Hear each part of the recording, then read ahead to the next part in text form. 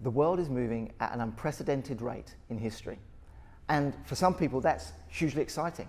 For some people, that's really scary. The problem is, for businesses that are trying to gain that competitive advantage through digital, they're finding they're hitting a stumbling block. And that stumbling block tends to be the people in their organization. That's why I think organizations need to become future fit. Hi, I'm Mike Perk, and I believe in making leaders future fit in order to gain that competitive advantage in their organizations.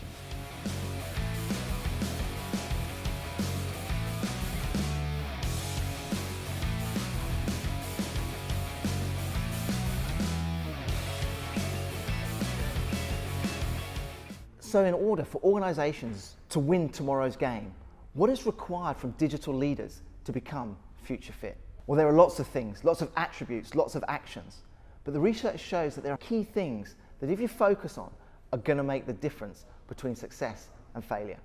The first is to paint a picture of potential. Create that light that people can follow. Now, I'm not talking a mission statement or a vision. I'm actually talking about something that's going to resonate, that's going to live within those people, that people can live and breathe and actually get emotive about.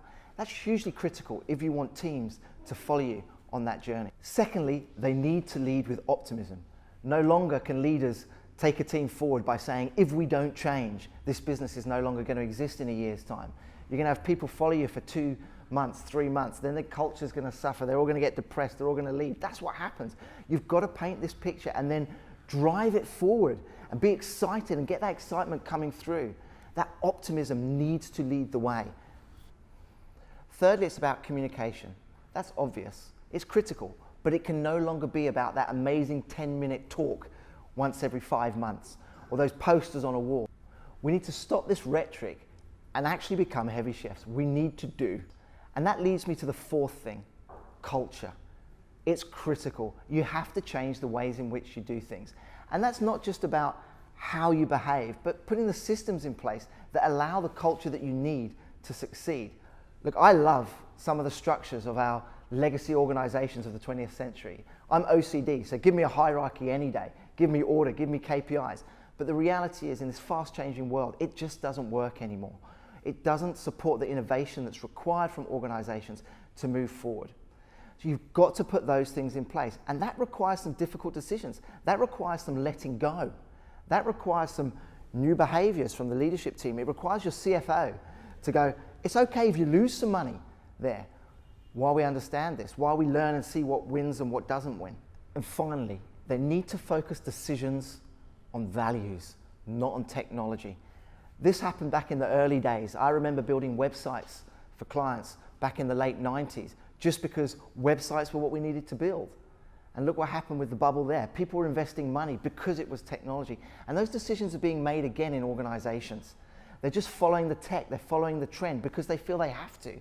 We've got to make sure that leaders are getting back to making decisions based on their values. Jeff Bezos put it perfectly. He's often asked, and he said he was being asked the wrong question. What is it that I need to do in order to succeed in the future? What is that technology that I need to be focusing on now that's going to make the difference? And he said, they're actually asking me the wrong questions. What they should be asking is, what doesn't change? What isn't going to change in the next 10 years? Then they focus their decision making on that. And that comes down to your values. So yes, there are lots of things that leaders need to focus on, but there are those five critical things that are going to make the biggest difference to becoming future fit. And that's what I'm encouraging all of you as leaders to do now to make that difference.